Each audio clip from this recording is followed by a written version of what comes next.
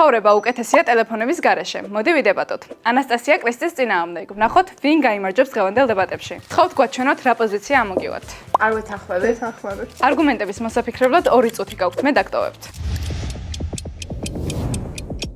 პირველი რაუნდი. მოვისმინოთ კრისტის არგუმენტი. კრისტი, შენ ამისთვის მხოლოდ 15 წამი გაქვს. დღეს ტელეფონებს თითქმის არავინ არ იყენებს იმ მიზნით, რა მიზნითაც ის შეიქმნა. ჩვენ ყველგან და ყოველთვის ტელეფონები გვიჭირავს. შეიძლება ერთად ვიყოთ, მაგრამ მაინც ყველა ტელეფონებში ვიყოთ.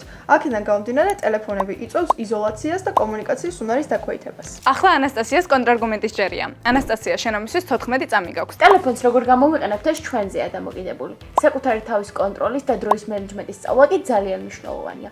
პრობლემას სრულად კი უნდა გავეცეთ, არამედ უნდა გავუმკვლავდეთ. მეორე რაუნდი. მოვისმინოთ ანასტასიას არგუმენტი. ტელეფონების საშუალებას აძლევს ადამიანებს უფრო მარტივი წვდომა ჰქონდეთ ცოდნაზე. შეგიძლია ონლაინ კურსებზე დარეგისტრირდა უცხოენები ან კოდირება ისწავლო.